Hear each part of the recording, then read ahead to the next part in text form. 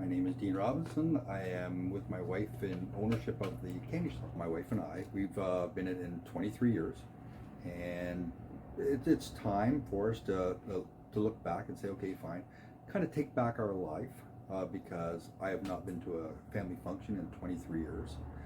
My wife and I are getting older, and we're going to start enjoy life. The thing I'm going to miss over the years of doing this is miss the little kids. Like I said, they're basically little kids that want to see everything, and they go ooh ah because it's just overwhelming. And if it's not that, it's the regulars that come in every weekend during the summer, or some are winter people. We get people that come in every week that say hi and want to talk.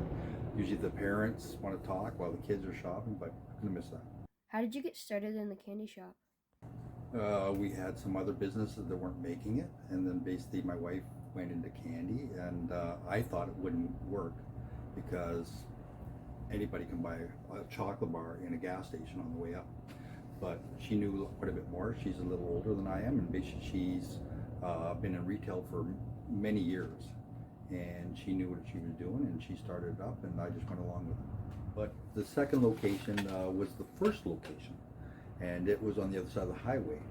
Now, since you have a highway that we're on that is divided by a media, it's very hard to get people that are going southbound and northbound at the same time. So we started the one over there in a different location than it was. It was in the mall by the Husky, and we were there 4 years, and then we took on this one, and it was doing quite well. And then next thing you know, we went to a different location over there, but we found that this one was making more money. The 2 years before COVID, this store was pulling in more money than the northbound store, so we went with this one. Biggest seller, a lot of times it's retro candy, because a lot of people come in for the older candy. When you basically have candy that you've tried to bring in for the people that are older, and then you try to get the weird stuff for the younger group that you don't know what they are into. Gaming thing is a big thing too. If you ever looked at the store, basically the gamer stuff goes quite well. Tins and stuff like that with different. A lot of people collect tins over the years, and coffee mugs and so that. But I would say the biggest seller right now is I'd go with Harry Potter product. It's a big seller right now. I think why we went with memorabilia is because the candy wasn't just enough for people. At first, people were saying, "Why don't you have collectibles?" And we didn't really understand that part. But it kind of snowballed afterwards when you actually have someone come in and say, "Oh, there's a lunchbox. My son collects a lunchbox with Grover on it, or Sesame Street, or Harry Potter." And they say, "Okay, I'll buy the lunchbox, and then I'll put the candy in it and give it as a present like that." So a lot of things kind of interlock with stuff that we have on the shelves. You always wonder why people would spend more money on stuff. Today's world, there's the people that have money that just can get by, but there's other people that people come in, they don't even look at prices on some stuff, and they just walk over and say, "Okay, I like that, I like that, I like that."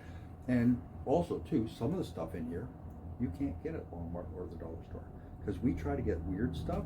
For instance, Japanese candy. Japanese candy is just crazy. A lot of times you can't read what it is. We have to write on the outside of the box what it is, because it's not written on the box. It just comes in. But yeah, it's mostly our suppliers are in Canada, because there is maybe companies that are in the States, but they have outposts in Canada. So we buy from them, and there's over 60 different suppliers that we go through. Bring a box in. If it sells very well, order it twice the next time. If it doesn't sell, don't bring it back in. And it's simple math, just to figure out what to bring in. But sometimes you have to try mistakes.